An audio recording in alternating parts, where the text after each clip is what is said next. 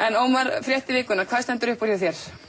Ég þarf að framlýja stundu, þá náttúrulega stendur upp úr að nú stóriðjuleg hraðalistin, það hægir ekkert á henni og atburði þessari viku munu ráða úrslitum það að hún brunar áfram á fullri ferð, meira segja fréttir tvö álver á sama degi, Bakki og Helguvík, og allar varnir eru burtu horfnar og þar sem að með þessi stjórnarsáttmálum að fyrst ætti að klára rammaáætlun og skoða náttúruverðmæti sem í húfi.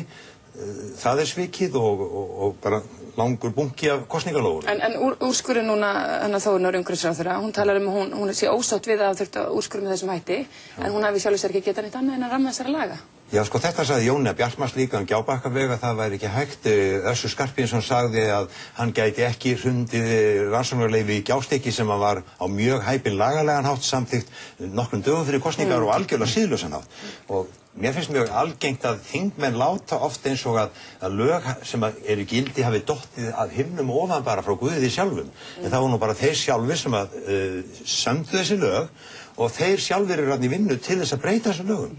Og það er að vera þingvetur liðinn og það verður ekkert verið gert til að breyta þeim lögum sem var lofað að breyta þeim lögum sem að gera einsleikur sveitafélum og hreppum kleift að fara með heimsverðmæti eins og ekkert sé. Bolli, hvað þú staddur í þessum álversmálum? Ég vil alltaf láta sitja þau bæði upp.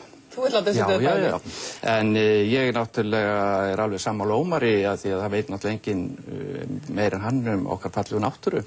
Að passa hann eins og hægt og númer 1 í því myndi ég vilja sitja öll þessi háspennumöstur niður, þessi mestaðum, og það þarf að gera einhver áætlun kannski til 30 ára eða eitthvað þvílíkt þar sem er byrjað á því og koma þessu öllu niður. En þau eru ekki verst. Mér finnst þú best. Þeir eru afturkræfa miklu leyti.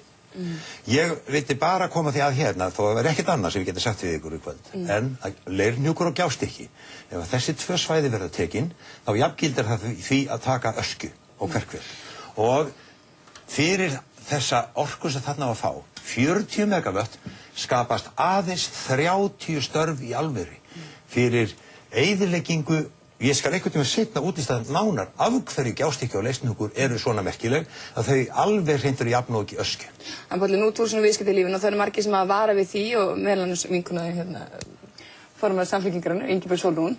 Hún talar að það sé ekki skynsamlegt jafnvel að fara út í þessar álversframkvæmdir núna í þessari stöðu gagnvart svona efnahagslífinu. Jú, einmitt núna. Einmitt núna. Þrátt fyrir þess að háu vexti og miklu verðbólgu. Það breytir ekki því ekki. En það er einmitt að byrja það núna, en það þarf að gera það þannig að þau byrji hvert á eftir öðru, þau sé ekki sett upp samtímis. Og ég held að bæði fólkið í Keflavík og hvað þá fyrir norðan á Húsavík, þau vita þetta hvað þau vilja og ég er algjörlega sammála því fólki og maður sér bara hvað þetta gerði fyrir Austfirði.